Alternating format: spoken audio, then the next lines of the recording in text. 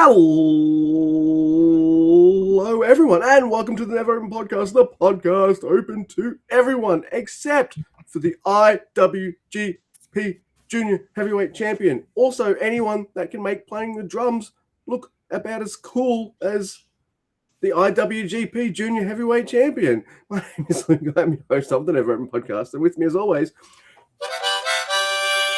shit. Mr. Andy. Say hello, Mr. Andy. Hey, it's Big Show. Got the big harmonica out. You know, I got the big Tai Chi shirt on and the big guitars in the background. It's Dominion 2026. 2026. Yes, it is. It is Dominion, and it is the Never Open Podcast. And there are ways people can contact and interact with us if they wish to. We're on the Blue Sky. I am LS-J. Mr. Guys at Drusifer Tweets. Collectively, we are at Never Open Pod. At Blue Sky. Bluesky.social. Yeah, I did it. If you want to send us a written or voice email, you can do that too. Neveropenpod at gmail.com. Also, if you've got any of that Sasha Banks money, kick it our way. We have a Teespring store where you can buy merch that'll make you look never as fuck.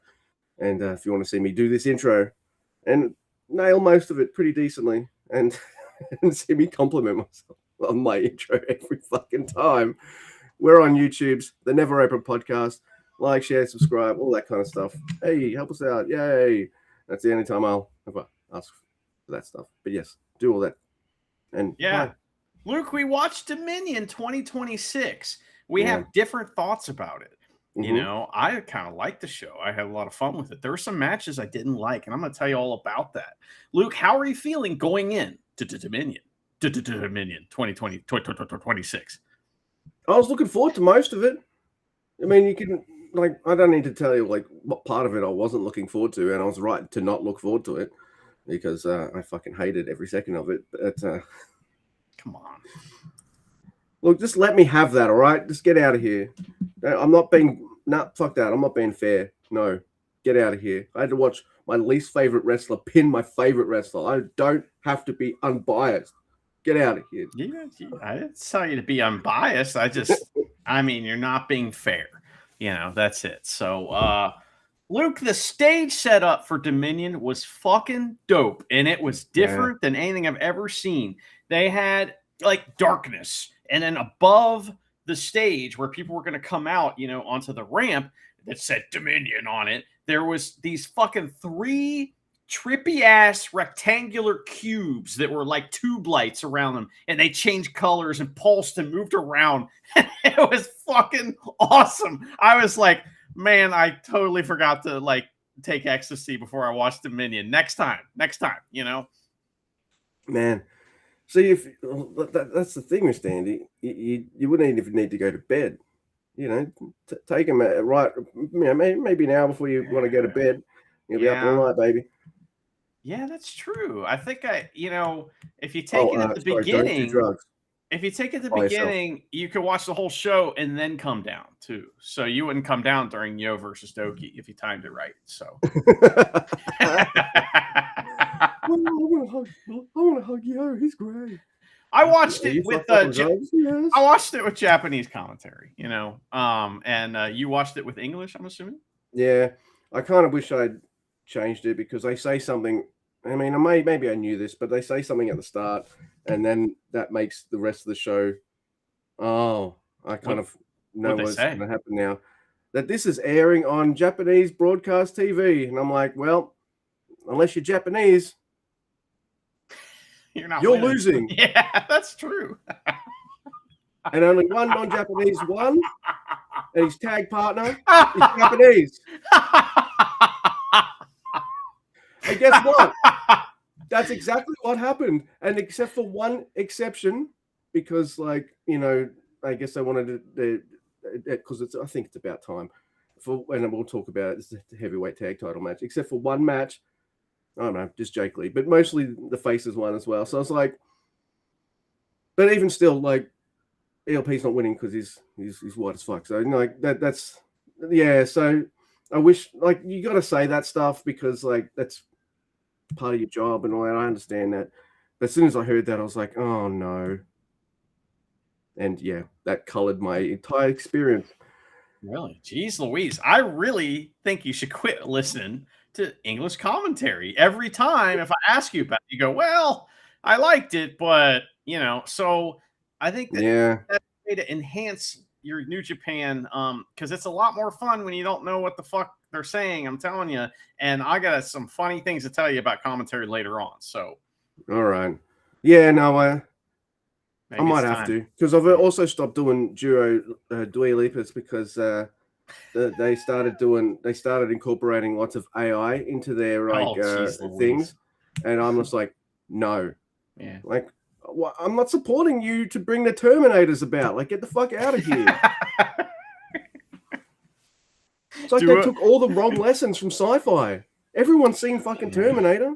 What are they? They're artificial intelligences. Like, get Dua Lipa is gonna like show up. This giant owl, creature is gonna show up on Judgment Day, and fucking it's a robot that's made in the, and it's I get messages from Duolingo all the time, and ads, it's like, we miss you, and I'm like, I never fucking signed up for you, bitch. So they must be losing a lot of users if they're like advertising to people that never signed up for it, going, we miss you, come back. Like, F you, owl. Yeah. No, look, I know some of that stuff is unavoidable, but if I can avoid it, I'm avoiding it as much as possible. So yeah, no, I don't like that stuff. Yeah, like I can just see like doom doom doom doom doom owl face, doom doom doom doom doom, count to 5 in Japanese. But Kenny Omega, a Terminator, right? That's good.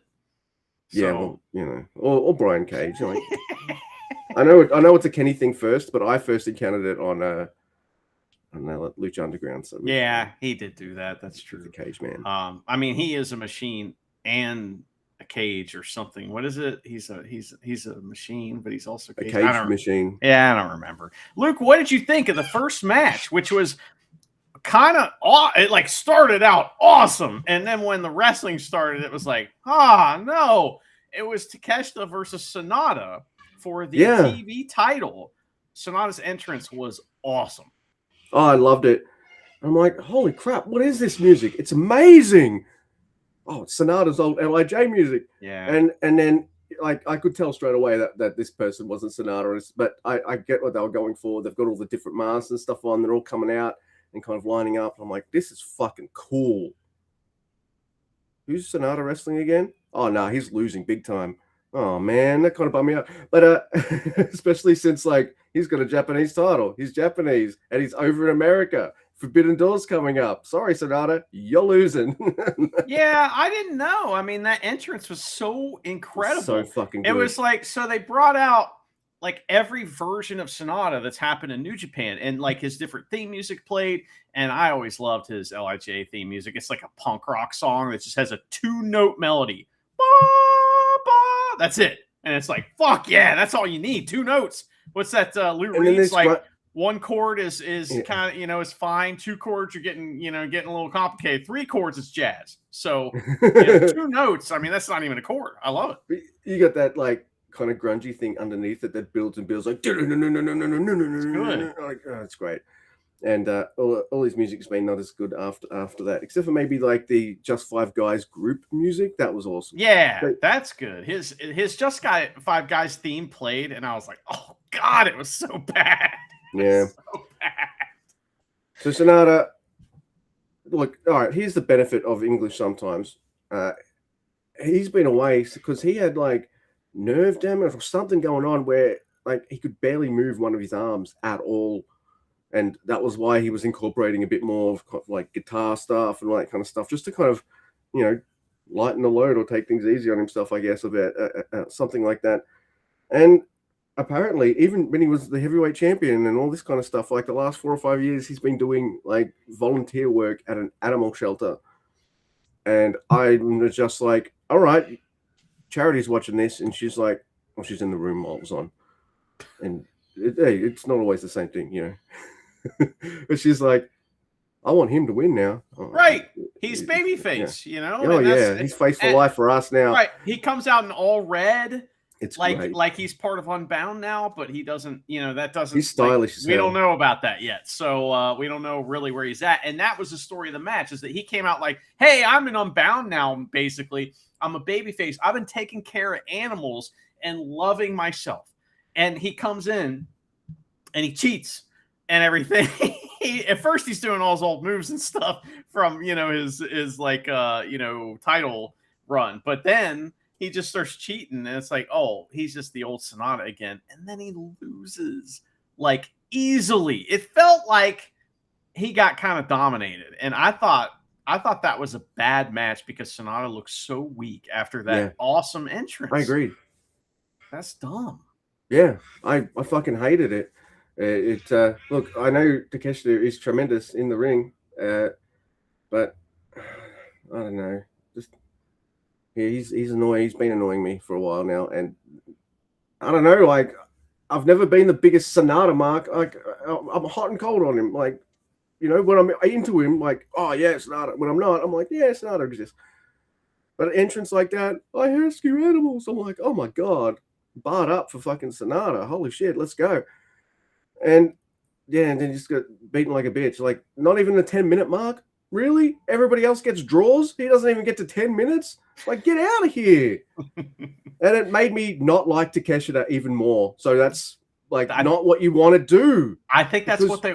Well, yeah, because he's supposed to be face 2, right? And later on, he kind of turns. He fucking runs out with the nerds. Like, what the fuck is going on here? And another reason for me to not be too particularly enamored with Takeshita is, no offense, Sonata, you looked rusty. You looked like you could pull off your moves, and that was fine. But there was some, you could get nerd damage, whatever. Like you've been injured. It's fine. I get it. That's what tag matches are for, right? Like, you get some preview tags done, and hey, I'm back in the swing of this. All right, let's go. All right, cool. So when the big main event, all right, so but when the title match happens, you're fucking like, fucking go, let's go. Well, that's the problem I have with Takeshita. They've always got to have a title on him. All right, fine. And then he's never around for build-ups ever. Like, and I'm like, what the fuck is the point then? Like, come on. What is Sonata's defining characteristic as a wrestler? Like, to me, it's his smoothness, right? Mm-hmm. Like, he is just smooth. He's like fucking Ricky Steamboat out there.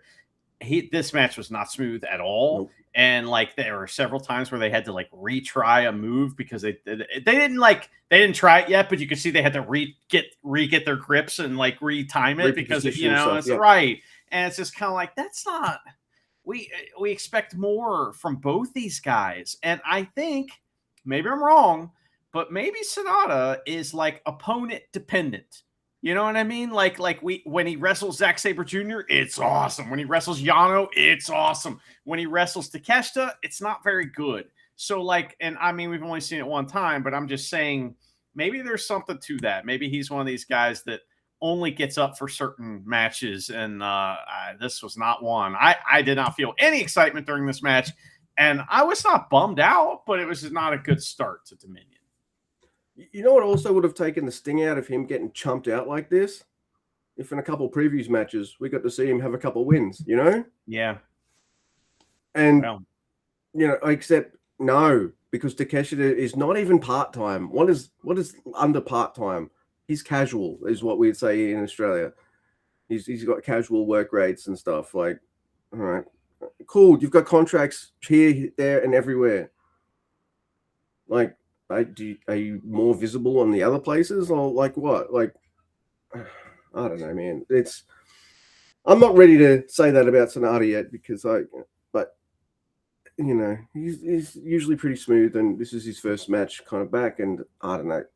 And he didn't get his preview build-up matches because Takeshita doesn't come in to fucking work in Japan. So, this match did not set me in a good mood. Yeah. And I felt bad for Sonata. Like, he made me feel bad for a guy who's like, I'm not even his number one fan, and I'm just like, man, I feel bad for you, and I don't like you, and I'm just like, I don't think that's what they're going for, but that's what happened.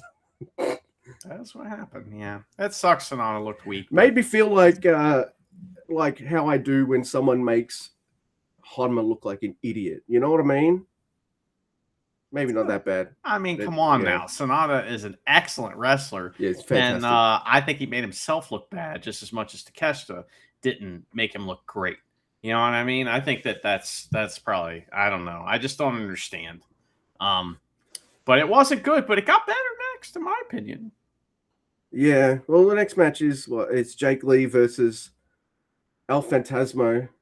And my brain immediately is like, didn't you injure out Shingo so you can get married? Why isn't this a Shingo match?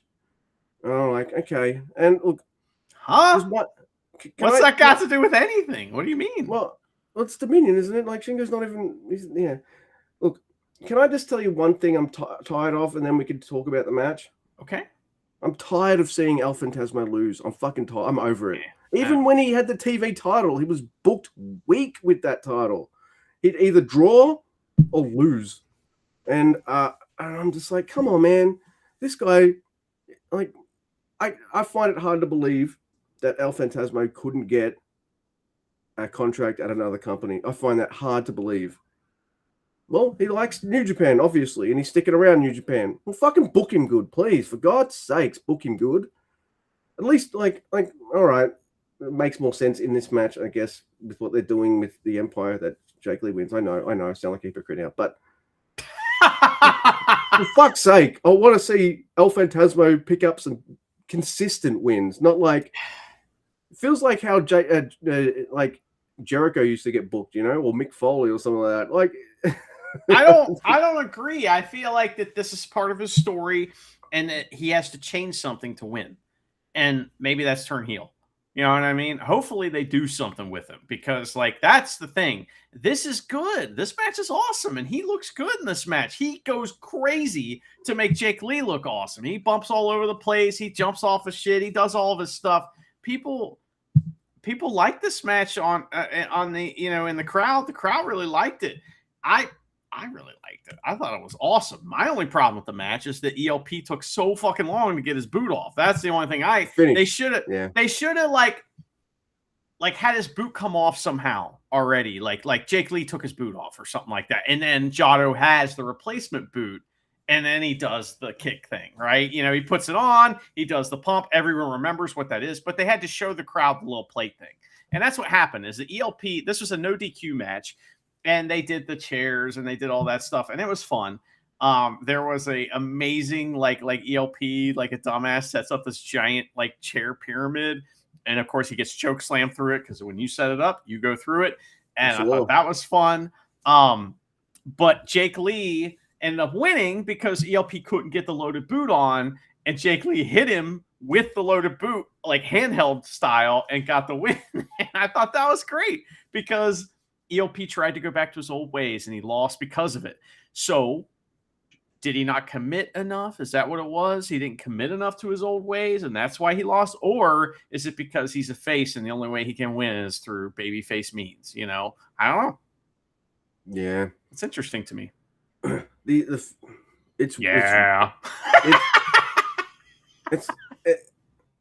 kind of weird to me when there's a El Phantasmo match that happens and the finish is kind of weak sauce, and it is because like what, he get a double knot he couldn't undo on his boot or some shit, like what the fuck.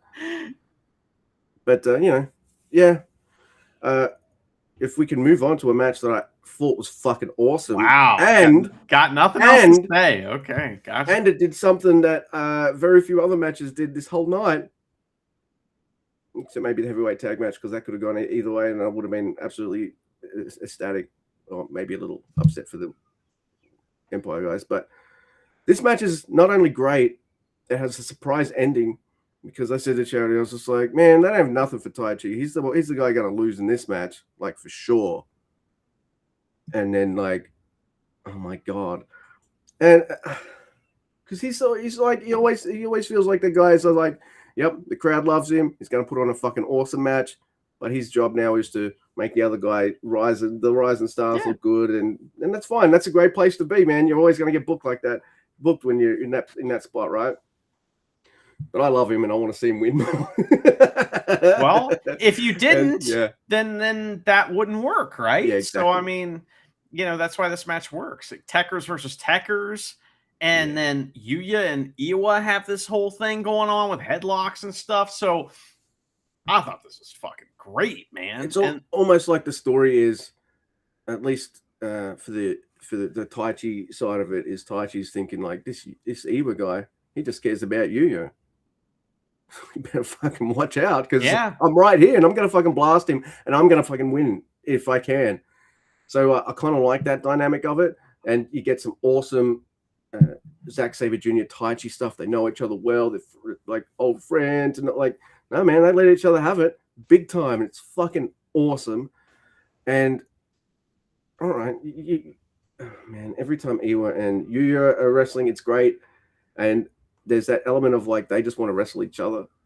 So, but Zack Sabre Jr. is just like, all right, you're fine. Same thing with that Taichi's like with Iwa, right? Like, oh, you're not paying attention to me? Well, let me show you why you should, because I'm going to fucking twist you up and all this kind of stuff. It's awesome. And then when the two young boys finally get a chance to put their hands on each other, they're stubborn about it. They just I want to put this move on you and fuck you up. No, I want to put this move on you and fuck you up. Like, no, I'm doing this to you. No, I'm doing this to you. And I love that kind of stubbornness they have with each other. It's, oh my God, it's so good. These two guys are magic. But hey, man, the whole this was awesome to me. I love this match. And then you get the thing of Iwa just being that little bit too stubborn with just wanting to beat up Yuya, and Taichi's just like, nah, man, it's me and you. Black Mephisto, 1, 2, 3. I fucking win, motherfucker. I'm like, yes. That was not the finish. So no. I wish he tried to hit the Black Mephisto and almost got it a few times. Taichi won with the old like British Bulldog counter to the sunset flip, where you sit down on the guy, and it was like a surprise win. Now, he had tried to win a few times. The crowd was awesome during this match because they are like, fuck everybody. We want Taichi. And I get it, because I want Taichi. We all want Taichi. And I mean, every time Taichi wasn't in the match or not doing anything, the crowd's like, where's Taichi? Let's go Taichi. Let's go Taichi. Let's go. Like, you can hear them getting each other into it. And it gets bigger and bigger, and nobody connects with the crowd as well as him in these like small kind of situations that don't have a lot of stakes, to be honest. He makes you care, and man, I love this crowd. I loved how much they love Taichi, and when he won, the place exploded, and it was like the way he won didn't hurt Iwa at all. It was just like, and what's awesome is if you watch this match, you'll see in the background during the finish, Zack Sabre Jr. is trying to warn Iwa what's going to happen. And he's trying to get in the ring to stop it. But Yuya's like, nah, because he knows Techers, It's, man, this is like just a top tier New Japan tag match. It's fantastic. Look, there's also that thing of Zack Sabre Jr., top guy in New Japan. Ryohei Iwa, it's not a mega rocket, but there's a semblance of there's a rocket assembly on his back. They're ready to light that up anytime they want. Yuya Uemura, same. His rocket might be a little bit more finished than Iwa's, but there is a sense that, like, even though Taichi is amazing and all that kind of stuff, I'm not denigrating him saying this. Like, he doesn't have much of a story going on right now, or much of a push going on, and that's like I just said before. That's fine. His job is to make these young guys look fucking incredible, and he does. But he's also the one that wins the least out of the four of them. I feel like, Yeah, so you and I want it. The crowd wants it because we're like, we don't get it that often, and it's Dominion. So Taichi got to win at Dominion. Like, man, that's the main event for me. No, the main event's fucking awesome, but that's like. That was fucking awesome for me. I loved it. Yeah. That thing where, like, I've talked about where a great heel is a guy that could get egg on his face, but he's still a challenge. He's still a threat. He can lose every match, but he's still a threat. Taichi is the inverse of that. He's the babyface version of that, right? He can lose every match, but he's still a threat. Like, and this made him look amazing. So he won. And that's going to play into some other stuff that we announce later. We are announcing it. So Yeah. no one else announced It's it. exclusive We're announcing to us. it. So, Luke, the next match was El Desperado versus Mystico. And I don't understand why this is happening. I saw the thing, the backstage comments where it's like Desperado's like, "Hey, I want to wrestle you," and fucking Mystico over. It's funny, he can sell when he's sitting down, but not during a match because he's like, "Whoa, you want to wrestle me? Like, what the fuck?" And acts like a weirdo about it. But I like this. This is a cool match. I don't necessarily love the match, because listen, I'm not a huge lucha guy. I just don't really like how luchadors come in and just like get treated like they're the fucking greatest things on earth, and then they don't have to sell. They don't have to really like. I'm not saying he didn't work hard. He worked hard. He did the things and everything, but he's not selling. He's there to tap out, which was awesome. Be a big star, sell some tickets, hit some dives, and that's it. And that's what he did. It's like, Steve Austin. He's here to, show up, kick ass, and leave, right? That's it. So that's what he did. One of the funniest things about this is that he doesn't sell anything the whole match. He's just like gets up from everything. So funny. And then he taps out like a bitch, like immediately, right? Once the numero dos is put on. And then he's all mad at Desperado because apparently they had some agreement that they wouldn't go after the leg. And it's like, Mystico, you are fucking stupid if you agreed with a match with Desperado and thought he wasn't going to fuck your leg up. Come on, man. That's his fucking shtick. You're wrestling a New Japan Junior, Yeah, and you got a bum leg. Sorry, dude. He's gonna rip it off and beat you up with it. That's no Mame's way. That's not good. That was my favorite part. And Despy's like, yeah. Oh, what do you expect? Yeah, he's like, fuck you, bro. Desperado also got heat during the match for just like kind of pulling some dirty tricks and shit. And it's like, hey, man, what do you want from me? I'm Desperado. This is what I do. My name is El Desperado. All right. It's not El Hero. Come on. So at the end of the match, they get in a little brief argument, Desperado wins, of course, and he's like, and Mystico's mad, but then they like hug it out. But then Desperado leaves, and then Mystico takes like 10 minutes to get to the back because he's just like, all right, this is what I do. I don't really like wrestling's not really what I do. It's just walking around going, hey, look at me.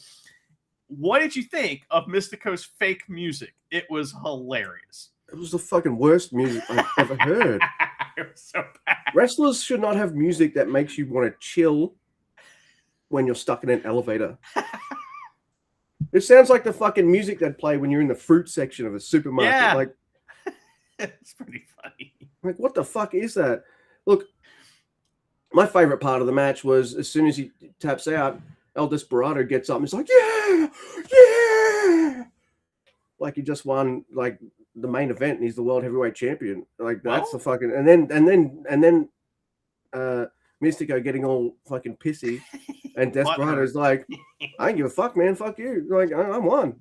Fuck you, bitch.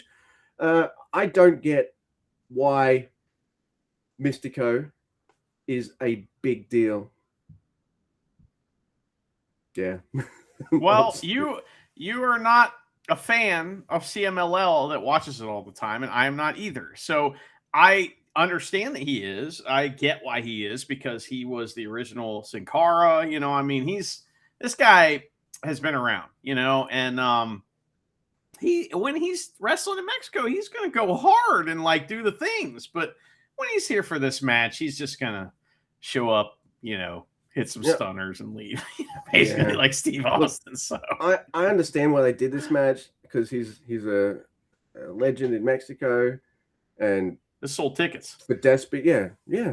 Mm-hmm. But that just took away 2 spots because they're both junior champions and there's 2 spots. Like, why'd you even like if Vegeta and Eagles had titles right now? Boom, there's like, and then you still couldn't have that fucking match. I'm like, come on, man. Whatever. I don't need a junior title match, a tag title match on every Dominion. Luke, we had an announcement after this that we're going to announce now. That's it. It's our announcement. No one else. Do you know about this? Have you heard about this? There is a tournament coming up. Can you believe it? It's called the G1 Climax 35. 36? Okay. My thing says watch G1 Climax 35 now on World. Okay, thanks, website. But yes, it is 36. Yeah. Edit that out. Fix that in post. Pray it's not 37. You know? Yeah. And unfortunately, it kicks off on July 11th in Illinois. So I was like, stop doing that. But yeah, it's so they announced most of the blocks. There's 4 people that haven't been. You kind of know who those all. No, we don't. There's play-in matches to determine the last 4 spots. But those last 4 spots, like who's in the matches. That's what I mean. Yes. Like, yes. So yeah. So and who was announced for A block? All right. So for A block, we've got Konosuke Takeshita. We've got Yota Tsuji. Yes. So yeah, watch Konosuke Takeshita just beat all of them all over again. We got Sonata. You're already shitting on the G1?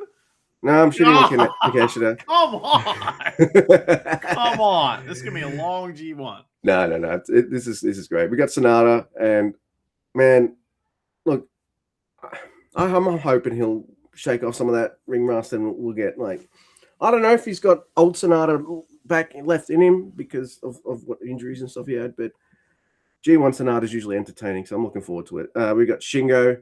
Fuck yes, Shingo Takagi. We got Jake Lee. We've got Bolton Oleg, the Great Khan, and I'm allowed to do it for this guy? Hiroki Goto. All right, thank you. Fuck Goto. Yeah, Goto sucks, and he better not win the G1. And then the 2 spots that are remaining. Now, who are in the matches? I don't think we know which blocks those people are going to be in, do we? The play-in matches, probably not, right? Well, it says on the... Oh, it does say, but I can't read Japanese. We have Yudo Ice versus Japanese and Japanese versus Japanese. So yes. I can only look at one web page at the same time. So it's weird to me that it's the winner of Taichi versus Yudo Ice. I would have thought you would have done Taichi versus Ryohei Iwa. But that match is going to be awesome. Are you kidding me? Yeah, it's at Kurgan Hall. Fuck yeah, dude. Taichi singles matches? Yeah. Oh, hell yeah. And the other one is between El Phantasmo and Ryohei Iwa. So, yeah. Okay. Yeah, I think Iwa better win that, right?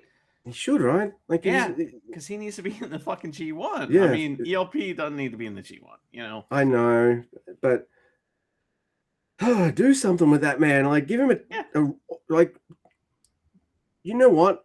Shingo, you got to step in. Your son's floundering. Yeah, this is bad leadership from daddy. From his daddy, yeah. So, Luke, B block, man. B block has been announced, and we're announcing it now. We have some British folks in this one. We have several British folks in this one. This is the B block stands for British. It is Callum Newman.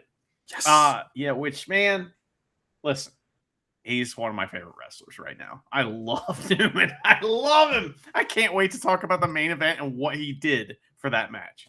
It takes 2 people to make a New Japan main event like special. Like, all right, Okada and some wrestlers can do it like against anyone. That's fine. But man, they gave Callum Newman that spot. He took it in his hands, and it made me even more excited for every single G1 match he's going to have. Oh my God. Yeah. He's going to wrestle the following folks. Zack Sabre Jr., which fuck yes, right? Yes. I'm sure that's happened before, but I want to see it again. I've probably never seen it. We have Shota Umino as well, who I am kind of a fan of right now. So we'll talk about why later. Yuya Uemura. Then we have Ren Narita. We have Drilla Maloney, another British person.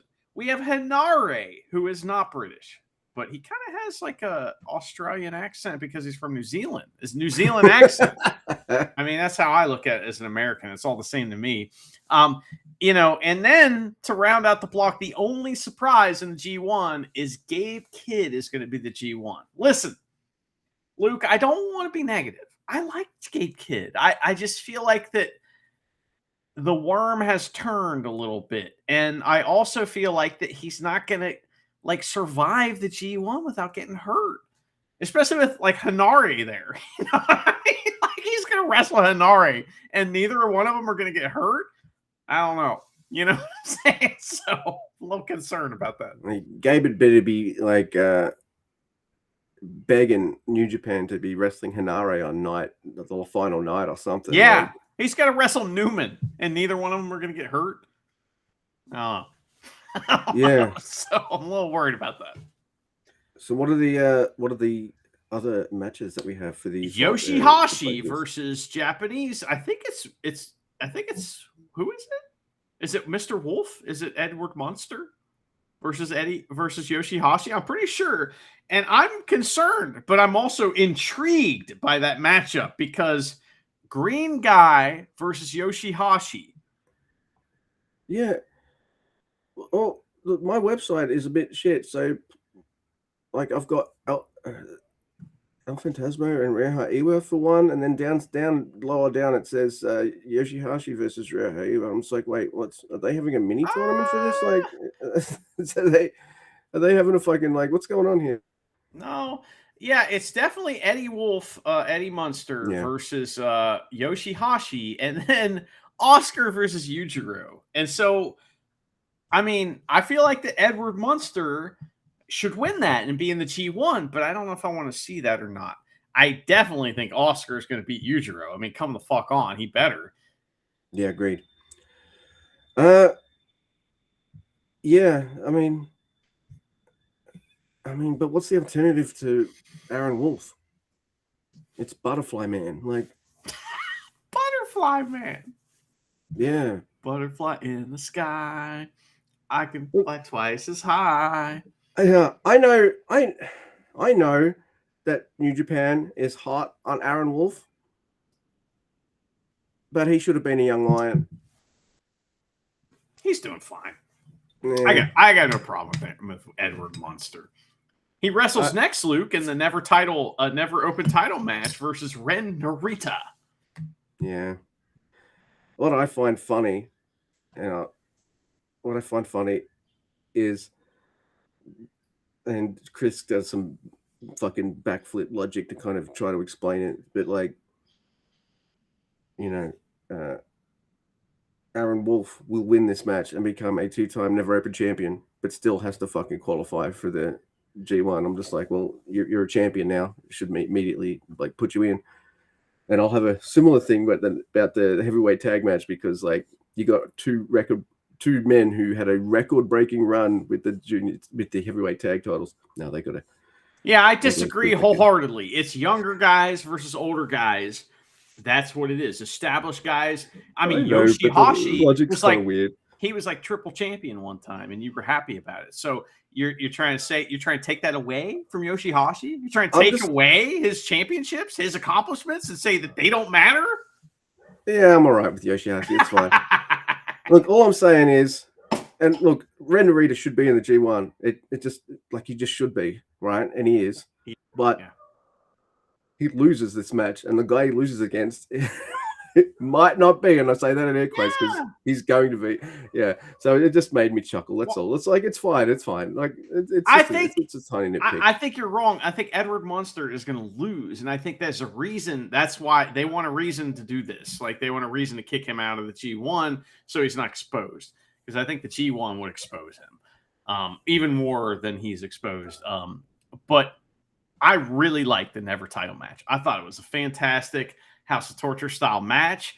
Takeshita identifies himself as a nerd by helping young Edward and doing a run-in with like other nerds.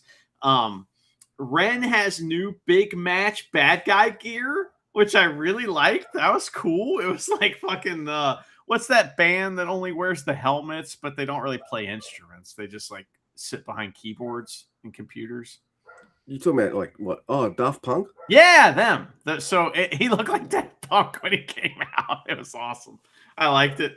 Also, so we had a Yoshihashi moment. It's ironic that he's going to wrestle Yoshihashi, because we had a Yoshihashi moment from Aaron Wolf, and I'm not mad about it. I just have to point out it's a big moment in the match, right? He's hit his comeback. He did the fucking judo throw, right?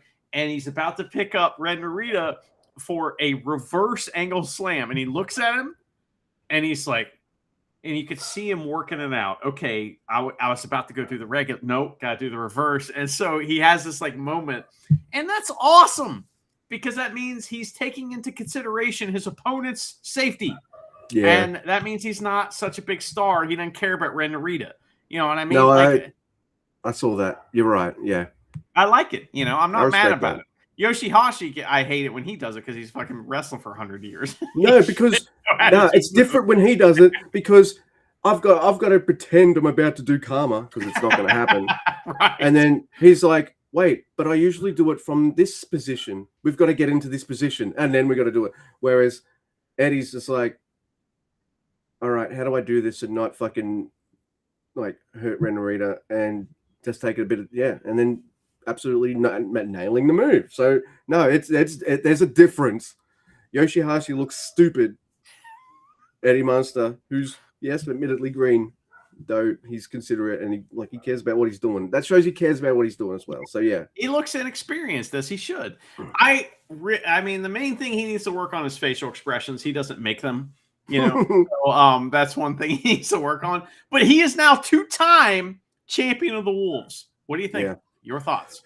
Well, look, I would have preferred your Eddie Munster's not in the G1 story if it didn't mean that Yoshihashi pins the fucking never open champion and thus gets a fucking never open title shot. Maybe it won't happen. Maybe Rectos Dominos. Oh my god. I'm just concerned about Eddie Munster being in the G1. That seems like a bad idea to me. But I mean, maybe I'm it wrong. Would be like putting Goldberg 2 months into his career into the fucking G1, like right, and then you've got to. All right, but it's like that's Goldberg was way more over. I know, but also it would be like and hey, there's too many British guys in that block, and William Regal made Goldberg look like hey, good job. I think there's enough great wrestlers in that block that'll make him look good, but I'm just I don't want the never champ to be exposed either. Like he's the never champ, and if Narita still had that title, I mean, like I don't mind if he gets made to be look a bit foolish and silly because like he's got a gimmick that works and he knows what he's doing. And he's in House of Torture, so like he kind of deserves all that kind of stuff. You know what I mean? And I don't want the green guy who now has my favorite title. Can we just get back to like big chunky dudes beating the shit out of each other, please? Not allowed. Sorry. Fuck. I really hope that he gets a good opponent for Wrestle Kingdom. You know, like it's got to be somebody big. They're gonna have that big match as long as he's in New Japan for Wrestle Kingdom. So who will it be? Hopefully, I mean. A big question. We just announced that G1 participants, and you haven't even mentioned this, and I'm fucking shocked. No Ishii, all right? Not even playing Ishii, right?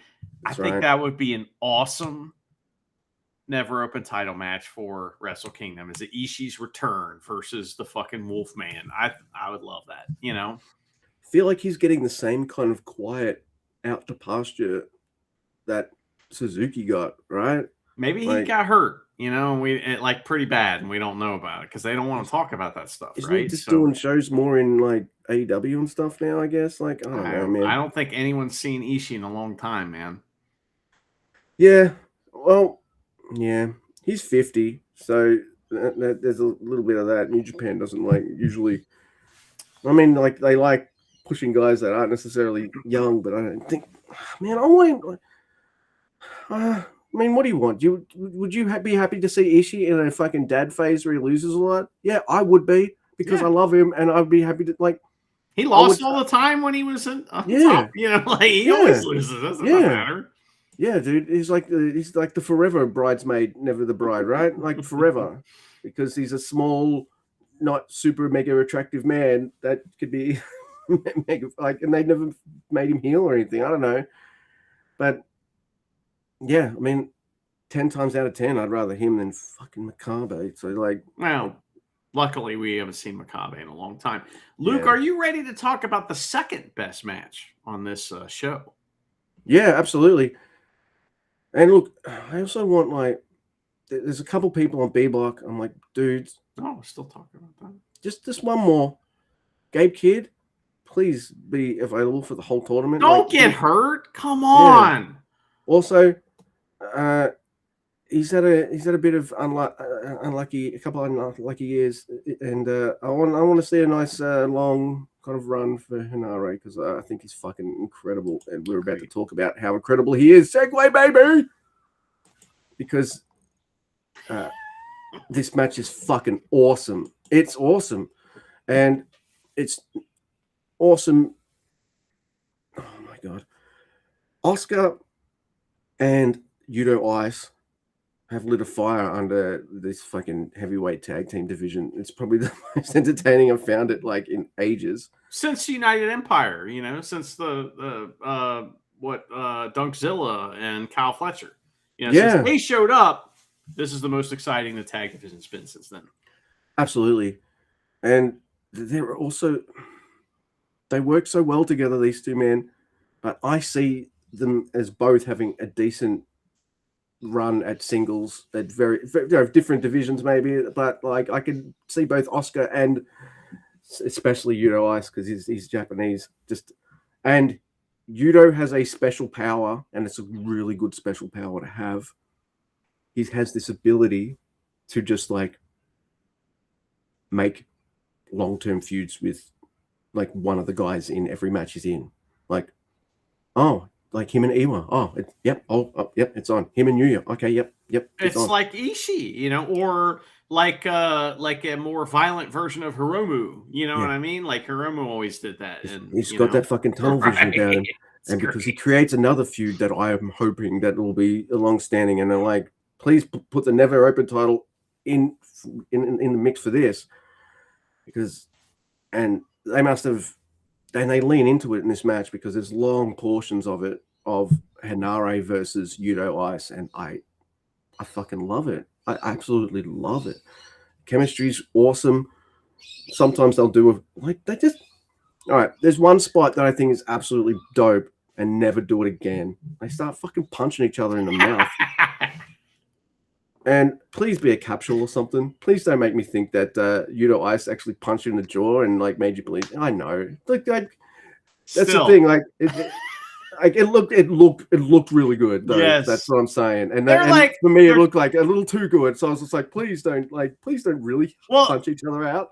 They kept escalating the violence with each other, right? And most of it was strikes, and they'd hit chops, and then they'd start slapping the fuck out of each other, and then like Henare hit a punch. It's like, okay, fuck you, I'll hit a punch. And then Kenta Sato's like, you guys can't punch each other. And they're like, fuck you. They both push him down and just start punching the shit out of each other. I loved it. It was awesome. Yeah. I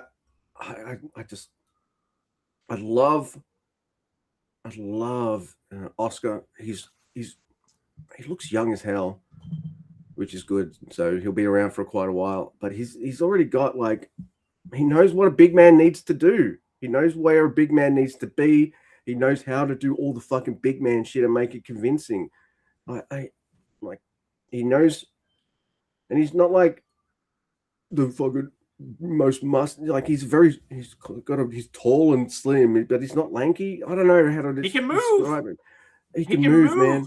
So like early in the match, there's a part where he's getting taunted on the apron, right? They're double teaming Yuto Ice, and like he gets like taunted and pushed on the apron, and he's like, fuck you, and he steps over the top rope. And I've talked about it before, but every time he steps over the top rope, the Japanese crowd goes, they suck, and like 3 people pass out because so many people breathe in oxygen. It's awesome every time. And like him being a babyface version of the like evil foreigner is great. The evil giant foreigner. I love it. How do you do that? I love it. It's because he's friends with Yuto. See, not Yuto, friends with Yota. That's right. Friends with Yota Tsuji, your face. It doesn't matter. Yeah. He used to be friends with Naito. Didn't you know that? Right. It's like that's the game you play now. 6 degrees of separation, but it's not Kevin Bacon. It's Tetsuya Naito and Oscar and Naito. Not many degrees of separation there. So like, he's got big man stuff down, and what I love about Yuto is, a lot much shorter guy than Oscar. I mean, everyone is, but usually in a role like that, that also means you're the weaker one, and you're portrayed as being the weaker one. You know, just because like the big guy's got to be the rescuer and the dominant one, so that means the smaller guy has to be a bit more weak. But Yudo Ice manages to be vulnerable in a different way, and it's more like I'm a fucking never guy, and he needs to save me because I just had my clock cleaned in a punch on with Hinare, you know, like that's even cooler than I got chumped out because I'm a smaller guy and I need the big man to kind of rescue me. Like, I love that. They have a different kind of big man, smaller man dynamic, and I think that's why it works as well, because it's not the same. It's not the same old thing you've seen before. And Great-O-Khan and Hinare, man, I know they've really struggled to find a heavyweight Empire tag team that fucking finally just has that click to it. That like, right, this is the team. This is the one we're going with. It's the team. They fucking found it because, my God, oh my God, yeah. I don't wish to. I'm not shitting on Great-O-Khan. I don't have as much to say about. Oh, come on. Well, then I'll talk about. I guess I was more like invested in Hinare. I'm like, hey, he's the only non-Japanese to get a pin on this night as well. Yeah, Great-O-Khan's like job in this match was to keep Oscar away from the match. Yeah. That's what it was. Like this like played out like a three-way match a little bit where you know the two guys like basically Great-O-Khan, like I said, he was like trying to play defense because he's like Hinare can take this guy. Now he would get in and help out. But like mostly this match was Hinare versus Yudo Ice, and that was kind of the singles match within the tag match that was going on. Yeah. When Oscar would get in, he was in the hero spot, you know, and like he would come in and like it was great. Birds are he's over with birds. There's no doubt about it. Yeah. And what would happen is that when Oscar would come in, the bad guys, in this case, United Empire, would like fucking sell it like, oh, fuck, we got to get him out of here because this guy is a problem, right? Yudo Ice we can handle because we speak the same language as him, right? Yes. Oscar's like a whole other thing, you know, and we don't know how to deal with him. And so that's like a hole in their game that they're trying to fill, right? And that doesn't bury Yudo Ice, it builds up both of them, you know, which is good. This match had awesome psychology.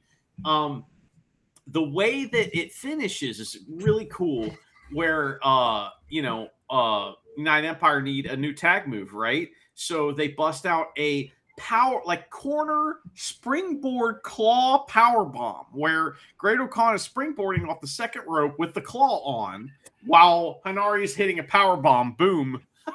Hinare gets the pin on Yudo Ice. That is massive, and I love it. Yep.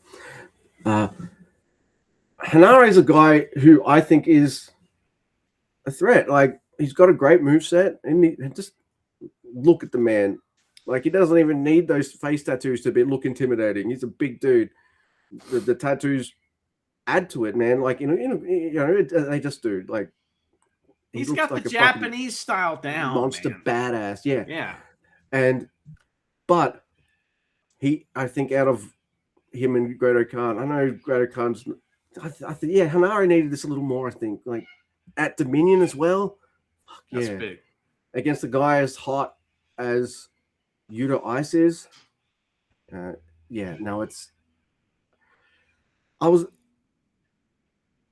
It's an ambivalent ending for me because I was simultaneously marking out for Hinare and Great-O-Khan going, yeah, but also like, oh, the fucking run's over. And that's good wrestling. That's the kind of, The crowd was cool with it though. Because the crowd was like, this is this Osaka Joe Hall crowd, which we do have Google reviews, and I forgot to we got to get to those. So we got to do one here in a second. But Osaka Joe Hall has always been like big LAJ. They like the heels, right? And so they love Great-O-Khan. And you've got these Oka chants going on throughout the whole match, and you can hear it. It's coming from the back. And again, it's building and coming forward.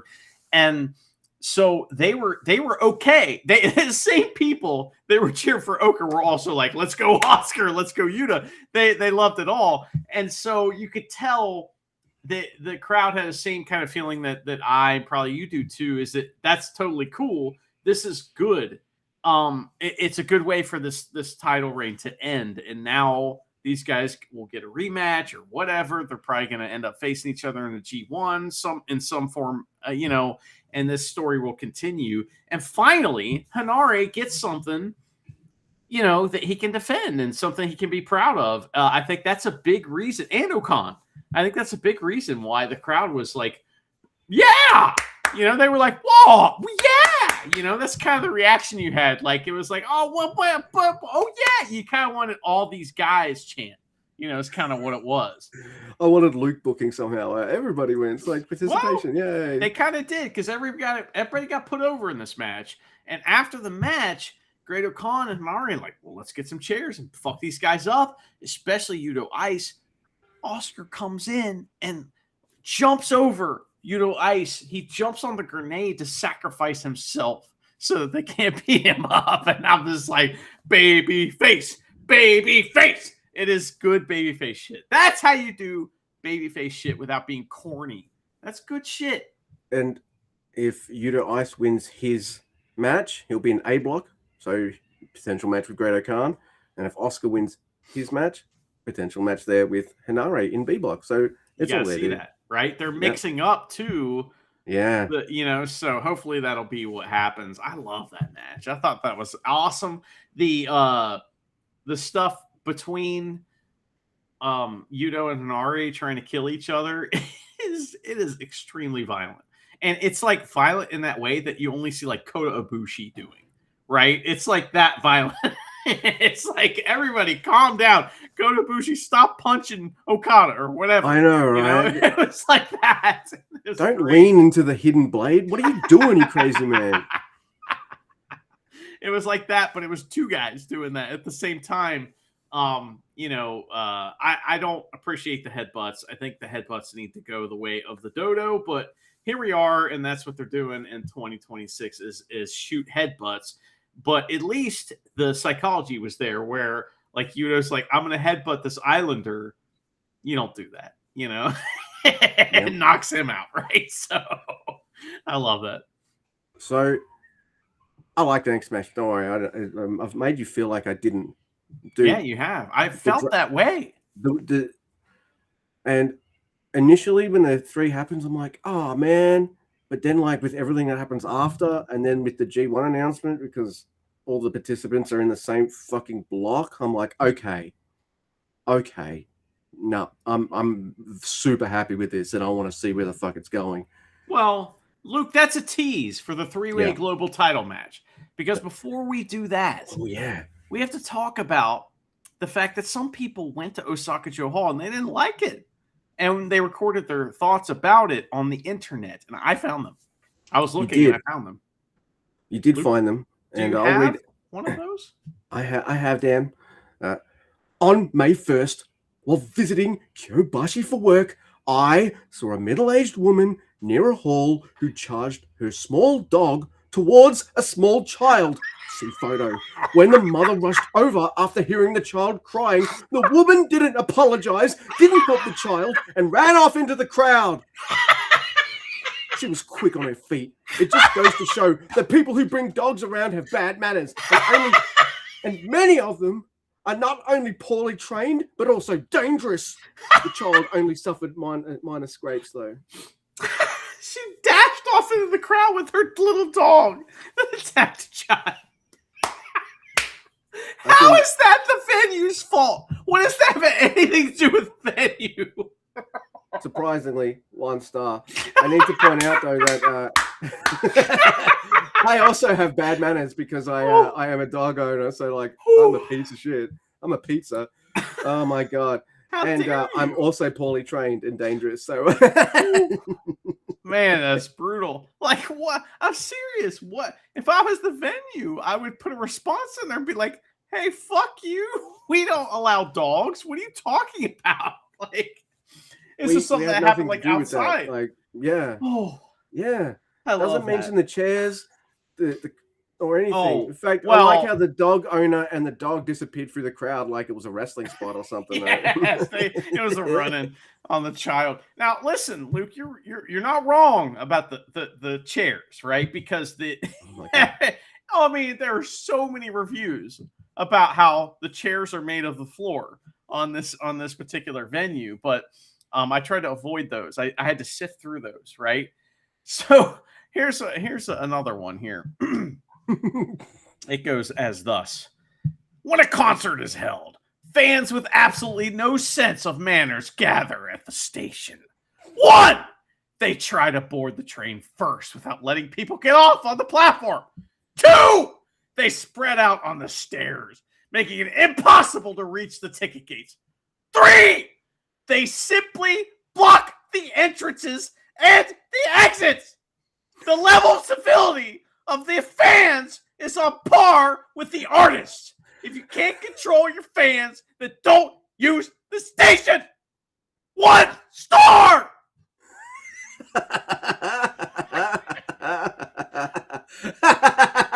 Control your fans. And the artist. Who knows what the artist was doing? Must have been something terrible. Getting ready to perform or I wonder- performing? Like They brought a dog and they let loose on a kid. That's what happened. And then dashed off in the crowd and were never seen again. Oh my God, that was gold times 2. Oh my goodness. Well, we have more that we'll hit up later. So, Luke, the 3-way global title match, Shota Umino versus Andrade versus Driller Maloney. Shota Umino pins Andrade. The match is pretty good. The crowd hates Shota Umino, which is a lot of fun. Luke, what did you think of the match? What did you think of what happened after the match? Well, I think like when you man, they shouldn't have done the G1 blocks until after this match, maybe, because Andrade's not. I didn't expect him to be, but he's not listed as. But most of the champions, heavyweight champions, are usually in a tournament, right? So he's not listed in the G1. So, okay, I guess he's losing his title, which I'm very happy with. It's just a matter of who. Dude, I really enjoyed this match because I saw something that pissed me off, and then they fucking leaned into it, and I was like, oh, okay, yep, I'm on board. So, oh yeah, I love it though. Like Andrade, the crowd don't give a fuck about Andrade at all. Really? Like it didn't feel like they were as loud for him as they were the other two gentlemen. Shota, the Japanese guy, boo! He'd break up a pin. And Driller Maloney's got him dead to rights. He breaks up a pin. The crowd's like, boo! It's so funny. Driller Maloney. Driller. They love him. Yeah, he's over. I was with you, crowd, on this match. I'm not with you on the next one, but I was with you on this match. And then, yeah, because Driller Killer on Andrade, I'm like, oh my God, holy fuck, yes! Like a heel douchebag, Shota Umino shoves Driller off and then hits his finisher on Andrade. 1, 2, 3.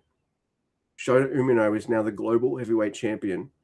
And then it keeps cutting to Driller. Like, he's like, what the fuck, man? Like, really? What the fuck? And you think, like, all right, now it's time for Driller to be like, I'm next. Obviously, you didn't beat me. Cool. There's some dickhead runs out and beats the shit out of Shota Umino and says, oh, I'm next, bitch, and I'm gonna like these all whole shtick. And it's Gabe Kidd. And Driller's got like a double, like, what the fuck, dude? Because Driller and Gabe Kidd, like, just because they're in different companies, though, they were in the same faction. They're war dogs. They're war boys. They should be on the same kind of page or something like that. Oh, no. Gabe Kidd couldn't. It's obvious from this that Gabe Kidd couldn't give a fuck about Driller Maloney. And Driller's just like, him, yeah. And the camera angles are capturing it perfectly with Shota and then Driller in the background, and then cutting between Gabe Kidd and Driller. And I'm like, wait, this is a whole mega babyface Driller story. I'm in. Oh, I'm so in. But Luke, it also I don't know about you, but it also did a lot to turn Yoda, or Shota Umino as more Heel. of a face.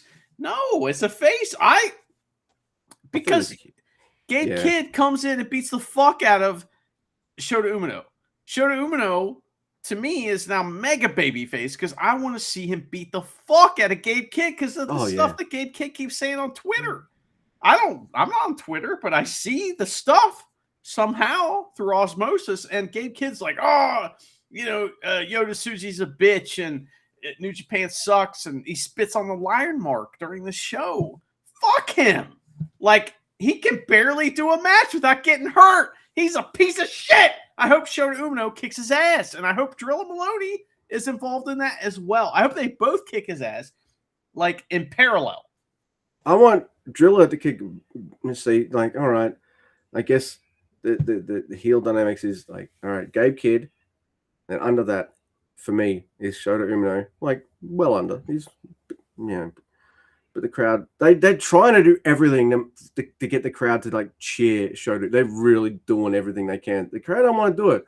Make him a fucking heel already. Like that's not in Osaka. They're not going to do it, but in other places they will. So, but also to keep like Driller in the dynamic. I was like, oh man, I fucking love it. And they're all in the same block of the G1.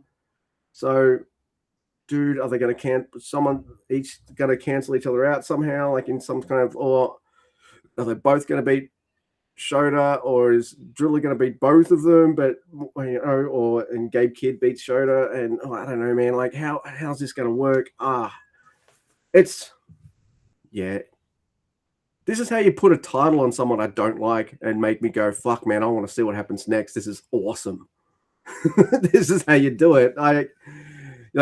You give me the potential of someone I do like being like, yes, oh my God. And then you lean right into that. And that's the story all along and all this kind of stuff. Then you add the extra element to be like, hey, we got even more story to add on top. Shota Umino is involved in the story that you like. Is that the headline here? Yeah. Yep. Wow. Mm-hmm. Shocking. I like it too. I really hope, like I said, that Shota kicks his ass. And I hope Gabe Kidd has to eat his words because he's been saying a lot of them. And so has Will Ospreay as well. Because they're all death riders now. And they ride the death and they ride the Twitter. So let me just say one thing. Like if anyone listening to this is on Blue Sky and you're the kind of person that sends photographic stills of something someone said on Twitter, I'm on Twitter because I don't want to see what anyone fucking says on it, and I don't like it. So you're on Blue Sky. Posting it on Blue Sky. Yeah, I don't want to see it. You're on Blue Sky because you don't want to see Twitter, right? So if I wanted to see tweets, I'd be on fucking Twitter. I'm not. So fucking knock it off, Blue Skies. Don't skip that shit. I saw that shit on Reddit. So, Luke, the match that you don't want to talk about, but I'm happy to talk about, is the junior title match. It's Yo playing the drums like a dork and doesn't know how to play them. Why couldn't he just learn a fill? I mean, are you fucking kidding me? I could teach you a drum fill right now and make you sound cool. Like, easy. It would take 10 minutes. You could do it, And motherfucking Yo is in this video being like, oh, I dropped the stick. Don't do another take, man. Do another take where you don't drop the sticks. You don't look like a fucking dumbass. I agree that the bass player, the electric bass player, is the least cool person in a band unless the drummer is Yo. And then it's even less cool. Yo is facing Doki for the junior title. Yo pins Doki and wins. I love the match. I thought it was really good. I hate Yo winning, but I don't care as much as you do.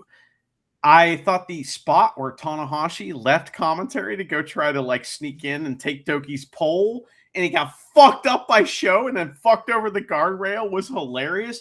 This is when listening to Japanese commentary is good times, because when Tanahashi rejoins commentary, he's selling it for the whole time. They'll all be like, Tanahashi-san, and they ask him some question. He's like, he talks, and it's so funny because Yo kicked him in the gut and fucked him over the guardrail, but he's not a wrestler, so he has to sell it like Milano would, or anybody would, or like fucking Chumpy would. It's great. I love that. He's very funny. And then there's lots of move stealing in this match. We'll talk about that in the main event as well, where it is respected. Here it is not. Also during the match, Watto runs in. And he is hit in the face with the black mirror on accident, and that got a massive pop from the crowd. And I don't know why they were popping. I don't know if they were like, they seemed happy about that. For me, it's just like it was symbolic of Yo stealing Wato's spot and then smacking him over the face, and it's rubbing salt in the wound. And I didn't think it was possible for me to dislike Yo even more than I already did. But yeah, no, I know that's more of a story thing, but you know, I can. It was funny. Dislike him for multiple reasons. So yeah, yeah. I mean, like it. This whole thing should have been Wato Doki. It should have been Wato Doki. Yeah. It wasn't Wato Doki, but Wato was involved, Luke, and he looked great, honestly.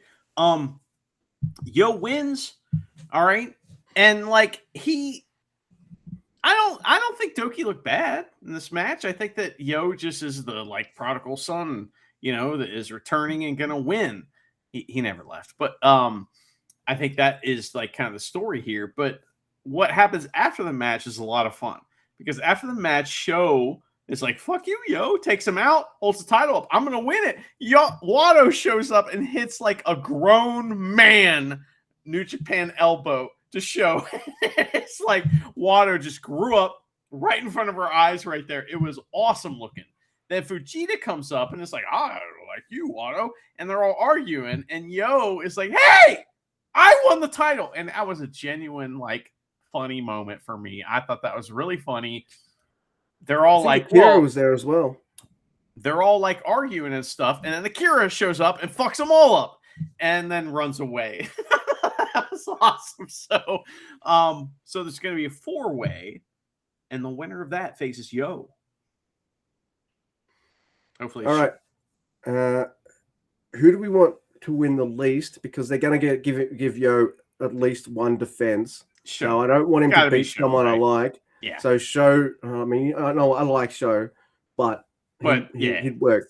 But if it's Yo versus Wato, Fujita, or Akira for the title, I want Yo to. I mean, I want Yo to lose to all. You know what I mean?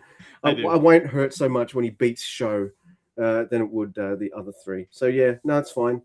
I don't like Yo, and now they've kind of decided to double down on him, and I'm doubling down now to fuck Yo and everything he is. So yeah, you know, double down is like a card term for blackjack, right? It's very apt. You know, it's a very apt metaphor. It's a great way to describe like taking something that was a bad idea, or it could be a good idea, and you know, saying no, I am with this bad idea, even though I'm being called out for it, right? Can we come up with a better term? Like I hear double down everywhere. Yeah. It's like the only term for it now. We need like 6 or 7. So I'm going to try to come up with some more so that we have a more variety of language. We'll workshop in English. So I'm thinking about it in here, which is where my brain is located. Your mind grapes will figure it out. Mm-hmm. All right, that's cool. Now, one thing that I see, I'd already mentally prepared myself for this finish, so I'm glad I did, because usually if I see a match that's like really bums me out, I find it hard to kind of bounce back from it. Just like it's fun to just do. So I was able to absolutely get into and absolutely love this main event. Like I from the way the night's going, like I had, and I think we'd already spoken about it. Like it's Tsuji time. I think we've had the dry run with Callum. It fucking worked. Right now, let's put it back on Tsuji, and let's see what we, you know what I mean. Like I'm fine, but the fucking match is so good, and it wasn't just because the Tsuji's just got that id factor. I think Callum Newman's got a bit of it too. He's only 23. Can you believe it? Because the commentary wouldn't shut the fuck up about it.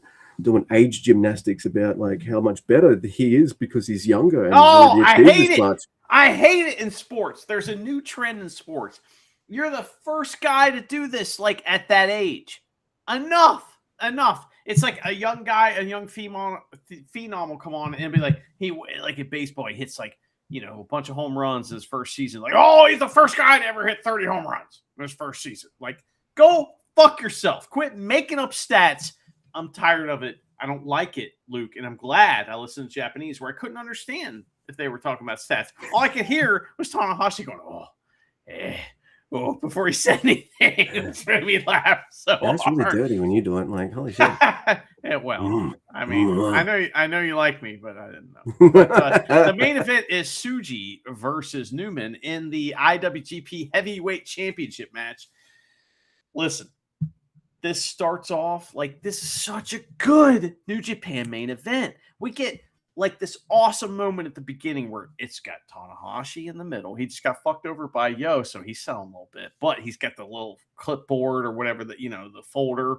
He's going to read out the shit, and he's got to take the title from Newman. And Newman's like, oh, I'll give it to you. Drops it right on the line mark and then stands there. And Tsuji's like, man, fuck you, bro. Because Tsuji was the Murashima of his time, right? He was, Tanahashi's favorite. So, and now he's not LIJ. He can actually like Tanahashi again. So here we are. He's pissed. That's the story of the match. The story of the match is like Newman being a fucking asshole and Tsuji getting pissed. And that's the whole story. Like, dude, Newman he sacrifices all for this match. Like he does. His shoulder's fucked up now. I'm pretty sure it happened during the Hiromu German release suplex into the corner. That's when I think it happened. But there is a part where he hits a drop kick into the chairs, and it's the best chair bump of all time. But it's him. It's not the guy taking the bump. It's Newman who takes the best chair bump of all time on offense. I love that. There are several cool, like, big time counters to big time moves.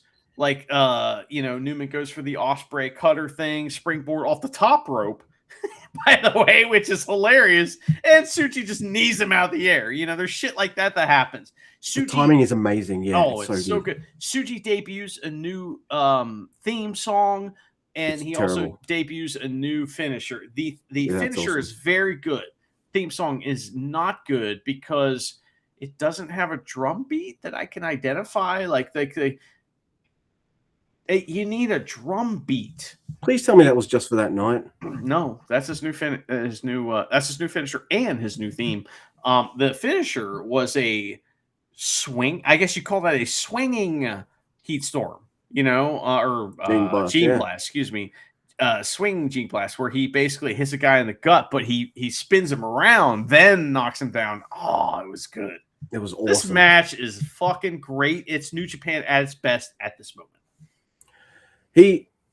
Because Tsuji hits a couple of Gene Blasts, but maybe not full ones or something like that, or Callum's got the answer. He's able to get that shoulder up or kick out just that little bit, has that little bit extra to be able to do that. And then he's just like, oh, you know what? I've been workshopping this. Here's my extra stank Gene Blast. Extra genes blasting. Yeah. Here's my double DNA blast. Here's my double helix. He's doubling down. That's right. Double helix, so because it's DNA. Well, I gotcha. Okay. All right. We're both making jokes here. We're workshopping, baby. And the finish was fucking awesome. Like, I loved it. Yeah, the right person wins. Because I was saying to Charity, I was like, look, they've done what they needed to with Callum. They set him up as the leader. They had the dry run with him, see if it works with him at the top. It does. But they need a guy. They need a Tanahashi or Okada they can build the company around. And I think we've both said this multiple times. It's Yota Tsuji. Yeah, do it with Yota Tsuji. You want to build people around your company now. New Japan needs a new main character, and that main character should be Yota Tsuji. Absolutely. There's a spot in this match where I agree with you. By the way, Yota Tsuji is, now the main character of New Japan, and should be, and Newman should be his foil going forward. Yeah. There's a spot in this match that gets a replay. By the way, Newman's been beating the fuck out of Tsuji. And there's a term that gets thrown around every once in a while, transitional move. A transitional move is when the momentum shifts, right? It's the move that gets the babyface back on top, right? Or he gets cut off. It's that. And so Suji, a lot of times he uses the backbreaker for that, the tilt-a-whirl backbreaker, because he went to Mexico, you see. And he does it in this case. Newman bumps off his knee, then bumps neck first on the mat, and then goes flopping away. And it gets a replay because Newman is so good at selling and making that look like he made the backbreaker look like it hurt his head. It was awesome. And that's the kind of shit that happens in this match. I think Newman might be my favorite wrestler right now. I love Newman. Every time they've given him an important spot or something important to do, he's fucking crushed it every time. And every time. Now you've got to lose a heavyweight title match to the main character of New Japan. All right, well, I'm going to bump better than you've ever seen me bump before, ever. And I'm going to look awesome on offense. And I can do the New Japan standard of put my move on you. Nope. Reversal. Put my move on you. Nope. I'm going to reverse that. That kind of thing. It's just, I'm doing the Vogue motions. I don't know why, but it's just, come on, but it can be complicated. I can see it and be like, man, that looks really good. But to do it and make it look fluid and awesome, it's complicated, man. It's like a lot of steps. It's like Yoshihashi can't do that. It's hard. Luke, I have a question for you. When Newman sees Shingo on the outside, because Shingo was ringside for this match, trying to cheer on his buddy and trying to get a title match, by the way. Oh, yeah.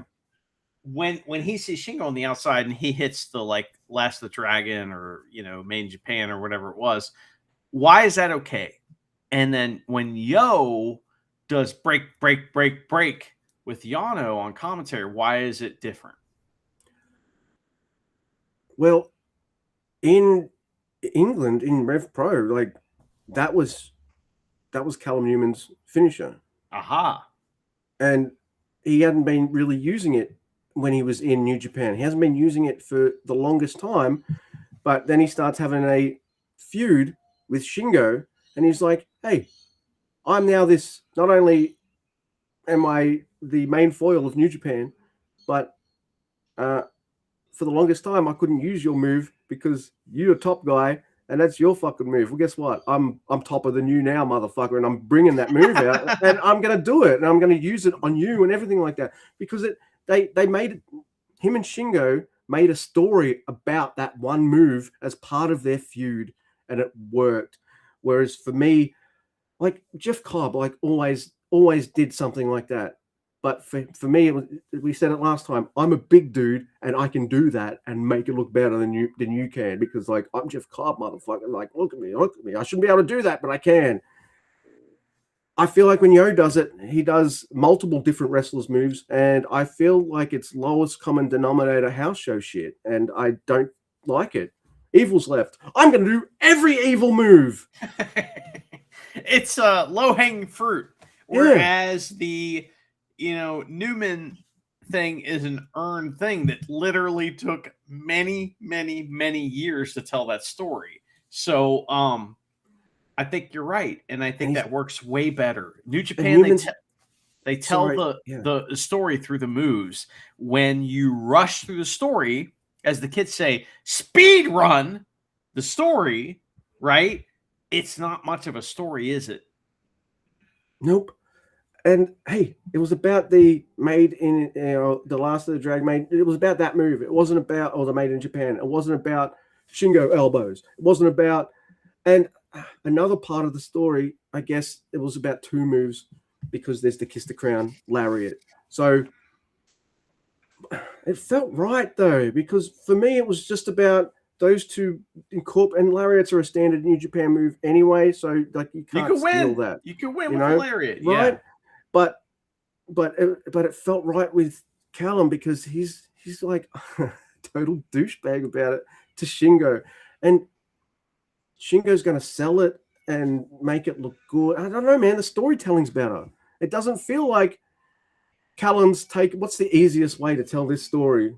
Oh, I'm just going to do all right. I'm like, if Yo was in this match, it was in that match with Shingo and telling the same story, he wouldn't just do the Made in Japan. Oh no. He would Pumping do the Last Bomber. of the Dragon. He'd Pumping do the Pumping Bomber. Yeah, he'd do the Destino. He'd Ground do Cobra. Yep, he'd do all of Hiromu's finishing moves. No Shigami. He's doing all that shit. All of Naito's moves, all of fucking Sonata's moves, all of the LIJ guys' moves, all of them. Even he'd try to even do Bushi moves, like, you know, he'd do all of them. And it's just like, no, man, no. You center it around, hey, when I was coming up in England, that was my finisher. Like, I'm going to use that move now because I'm in a spot now where I can use it. Fuck you, Shingo. And Shingo's like, nah, fuck me, fuck you. All right, now it's on. Like, let's go. Yeah. Hey, this is a good conversation about pro wrestling. God damn. I like it. Luke, what are your final thoughts on Dominion 2026? I liked it. What I'm going to do is I'm probably going to transition more to the Japanese commentary so I don't hear things that make my logic brain go, oh, right. One thing I did love about the show is there were more replays in this show than I've seen in like the last 100 shows combined. Including Wrestle Kingdom. Including Wrestle Kingdoms, yeah. And now if that's a thing because we're on network TV, well, carry that over because sometimes a move's really good. Play it a fucking again while the two guys are selling on the mat. Like, play it again. If one guy's selling on the mat and the other one's going like, yeah, look at me. Do a quick replay of that move because it was fucking awesome. Like there's little ways you can do it all the time. And like you watch American wrestling and they will play those replays because like they've fine-tuned that shit, right? And no, sometimes maybe it's overdone, maybe, I don't know. But a little too much. Yeah, but because and I noticed they did a lot more replays than usual. And it's still not as much as say a standard WWE or AEW show. But I still didn't think it was too much. Like every time they did a replay, I was like, yeah, thank you. Yeah, I was listening. Fucking Newman bumped twice on a backbreaker. Yeah, that was awesome. The World Cup is going on right now, and something I like about soccer is there are replays, but you gotta fucking pay attention because like a goal could happen anytime. You know what I mean? And it's like 90 minutes. 97 minutes, 107 minutes. You don't know how long it's going to be, which is also very amusing. It's like baseball. You know, we don't know how long it's going to take all day, you know. Anyway, you don't know when a goal's going to happen. You better fucking pay attention. And I love that about New Japan. I like it when they don't do replays because to me, that is like trusting the person that's watching it. And that's one, you know, I don't know if I've said this before in this particular way, but the thing that like, you know, one of the things I love about New Japan is that they trust the person watching it to understand what's going on. They're not trying to spoon feed you, which is why I don't like English commentary because they do spoon feed it to you, you know, a lot. Well, one guy does. And sometimes he's actually shovel feeding it to you. He's got like, you know, spoons that are the size of a shovel. And it's a little much. Whereas when I listen to Japanese commentary, I don't know what's going on, you know, from their point of view. I just know if they're excited or they're not excited. I just know if they saw a move where somebody got stiffed, you know, that's the only things I know. And I like that. It is more enjoyable. And that's the end of that. Yeah. No, I gotta switch because I don't.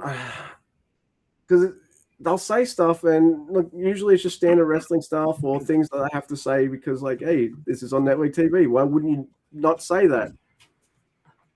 But then I'm just like, oh, okay. I kind of know what I'm in for now. And I don't want to know what I'm in for. So yeah. Right. No, yeah. No, I know. I like Walker a lot though. Like I really like him. So that's probably why I stick with it as long as I have. Because I don't. Yeah, I I don't know, man. Like, he's only 22 or 23, and look how good he is already. He's in the commentary. he's the Oh! age of Newman, and he can bump vocally, so that's very important. I think he's got a great future, and he's awesome. He's learning a lot, and he's learning what not to do as well. Luke, my thoughts. Thank you for asking on Dominion Yeah. 2026. I really liked it. I thought it was a very good show, and it felt big to me, and it felt like it was a big deal, and like the stuff that happened mattered. Could have had a little more drama, a little more switching of sides, maybe, if we ever going to have something like that. But we've now set up the second half of the year for New Japan. Now we're looking forward to the G1, and we're looking forward to Wrestle Kingdom. So that's awesome. But before we leave, everybody, awkwardly, as we always do, we're going to talk more about Osaka Joe Hall next to the castle. Apparently, more people went there and didn't like it. I'm going to read my thoughts first, and not mine, but someone that, it goes like this. Everyone, please don't go there. Caution symbol. I went there late at night, and the attitude of 2 female staff members was awful. The mug smelled weird, and it was really unsanitary. So if you don't want to have a bad experience, it's best not to go. 1 star. All right. Weirdo. Weirdo. Mugs Not you. smell Not weird. you. Not you. When I say this, but all right, weirdo. You went there at midnight, so the fucking event's almost over or something. Yeah. And the 2 female staff found you creepy? Yeah, you arrived at fucking midnight. And guess what? Everyone's had a dump by then. So the toilet's not going to be fucking the cleanest. What are you doing? Well, he said the mug smelled weird and that it was very unsanitary. Unsanitary. I'm not sure what it is. Did he mean the female staff members? Did he mean the skeletons that are holding up the structure? Did he mean the mugs? We don't know. Well, mug can also mean ugly. Oh, that's true. So if someone's got a mug, is that Does smell she weird? also saying they've got ugly, unsanitary faces? Like, were they drooling? Was he that close to their face? He could smell them? No wonder they were a bit standoffish towards you. Like, you came at them at midnight, and then you called them mugs. Like, what's... So during COVID, like, I am in retail, and so like I have to deal with customers all the time. And during COVID, like, motherfuckers would stay right next to you and you'd take a step back and they take a step forward. And I'm like, I'm like putting on my hands like Eddie Wolf. Like, do I have to fight you? What's going on? I mean, we got signs everywhere that say, stay the fuck away from everybody, and they won't do it. It's upsetting. And still to this day, I have the instinct to step away. That's right. Hands up. You need to send me another thing so I can. I didn't do the other thing. Well, then that's right. I guess we're done. I did send you 2 things, so you are not looking. That is what's happening. All right. Oh yeah. I read a review of Luke reading a review, and it went like this. He didn't look at it. Usually he sends me 2, and it's in 2 different messages, just like this one. No, but usually you send me mine and yours, and no one needs to. I don't normally send Shut up. mine as well. The concert staff here are really nasty. When the concert started, they would tell me to step back if I even stepped forward from my seat. And they were always nagging me to put my luggage under my chair. They were so annoying that I purposely put it next to my chair. I don't think I'll ever go again. Even if my favorite singer was performing at this venue, I wouldn't go. 1 star. Who's annoying? Him or the staff? I think he's the one being annoying. He has luggage at a concert. What are we doing? Dude, put your fucking suitcase where it should be. In the hotel? I don't have to keep coming to fucking tell you about it. Yeah. They bitched at him when he was on the train. I reckon if you clicked on this guy's reviews, he's like, I can't keep my luggage at the hotel. They wouldn't put in the overhead compartment on the plane. Yeah, I was thinking that too. Yeah. Oh, my God. He's got a problem with luggage. And like, I get it, but yeah, people don't like Osaka Joe Hall. I don't understand why. And it has nothing to do with the seats. No, but the staff are nasty.